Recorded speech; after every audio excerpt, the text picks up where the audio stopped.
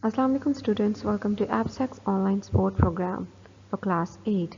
This is the subject of biology and today is 7th of December 2020.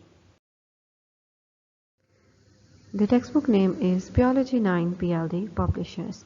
The page numbers are 78 to 80 and the chapter is chapter 4 Cells and Tissues and the topic is plant tissues.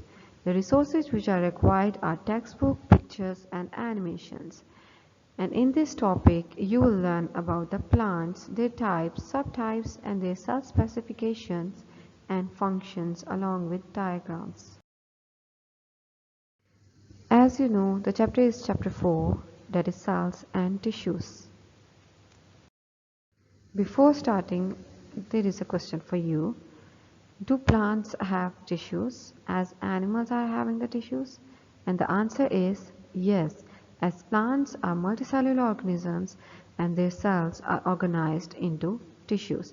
As you can see in the diagram, the tissues of different parts of plants have been shown. The question is, do plants and animals have same type of tissues or not? The answer is no, as systems of plants are different from animals, so the tissues are also different from that of the animals. So today's topic is plant tissues. Plant tissues are mainly divided into two types, simple tissues and compound tissues. Simple tissues are made up of one type of cell and compound tissues are made up of two or more types of cells. Simple tissues are further divided into two types. The first one is meristematic tissues and the second one is permanent tissues. While the compound tissues are also having two tissues which are xylem tissues and phloem tissues. So our objectives are, by the end of the lesson, you will be able to describe cell specification, location and function of meristematic tissues and permanent tissues and answer the questions precisely. First of all, we are going to study about simple tissues. Simple tissues are made up of single type of cells. As you can see in the diagram, these tissues are just made up of one type of cells and it has two further types. The first one is meristematic tissues and the second one is permanent tissues.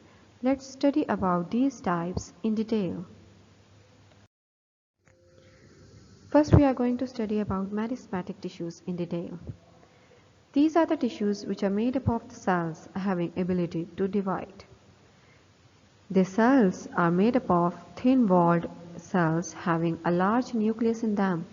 They have a large nucleus because they have to divide and they have small or no vacuole. It means that a large vacuole is not needed here because their function is just to divide.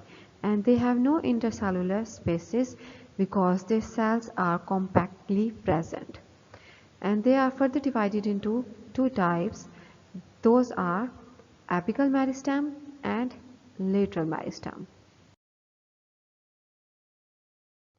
Apical meristem is a type of meristematic tissues.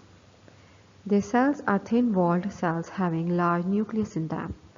They are located at the tips of root and shoots, and their function is to increase the length of plant by dividing, which is called primary growth.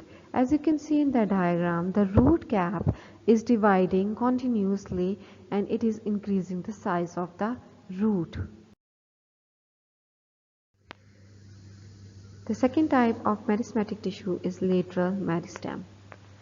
These cells are also thin-walled and having a large nucleus as they have to divide. And the location is at the lateral side of the root and shoots. And the function is to increase the growth of plant by dividing. This is called secondary growth. When we cut the stem, we can see different layers of tissues. Lateral meristem increase those layers and cause eventually the growth of the plant, which is called as secondary growth. And there are further type of lateral meristem, vascular cambium and core cambium. As you can see in the diagram, the vascular cambium is located between xylem tissues and phloem tissues, and the core cambiums are just present on the very lateral side of the plants. The second type of tissues are permanent tissues. Permanent tissues originate from meristematic tissues and they do not have ability to divide. As meristematic tissues were having the ability to divide, they are opposite to meristematic tissues and they do not have any ability to divide. They are classified into following types: epidermal tissues, ground tissues, and spore tissues. Let's discuss the first type of permanent tissue, that is the epidermal tissues. Epidermal tissues are made up of a single layer of cells having specialized structures in them called the root hairs and stomata. As you can see in the diagram, the stomatas are present, which is called the opening. This allows the movement of molecule and different ions from it. And these tissues are located in roots, stems, and leaves. Let's discuss their function. In roots, they are responsible for the absorption of water and minerals, but in stems and leaves, they secrete cutin to prevent the evaporation. Cutin is a waxy layer which is secreted on the upper layer of the stems and leaf to prevent the evaporation and loss of water. As you can see in the diagram, the cuticle layer is being shown on the very upper side of the plant. Second type of permanent tissue is the ground tissues. Ground tissues are made up of cells which are called parenchyma cells.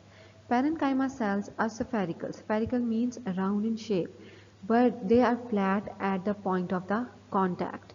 They have thin primary wall and large vacuole. The secondary wall is absent in them.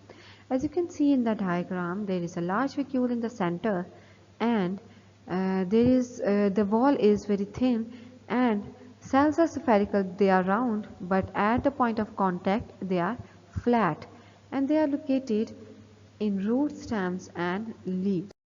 And the function of ground tissue is, in leaf they are called mesophyll cells and they are the site of the photosynthesis, but in other part of the plant they are responsible for respiration and protein synthesis. The third and the last type of permanent tissue is the spore tissues. Spore tissues are having further two types. The first one is collenchyma. Cells of collenchyma are elongated. Elongated means they are long with uneven thickened primary wall, which means that the wall is thick at few sides and it is thin at a few sides. And they are located in the cortex of the young stem. You can see the cortex in the diagram. Second diagram, cortex is the layer which is present just beneath the epidermis, and they are also present in the midrib of the leaves and in the petals of the flower. The functions of spore tissue is they provide support and flexibility to the organ in which they are present. The second type of spore tissue is sclerenchyma tissues. Sclerenchyma tissues are having the cells with a rigid and hard secondary wall, and this secondary wall is hard due to the presence of lignin. Lignin is a chemical and we have already studied about it, and they are basically located in wood, and the function is to provide support and flexibility to the organs in which they are present. Let's move toward your written work. You have to describe cell specification, location, and function of meristematic tissues and permanent tissues, and you have to draw the diagram of meristematic tissues and permanent tissues. The success criteria is remember to answer the questions properly and draw the diagrams neatly.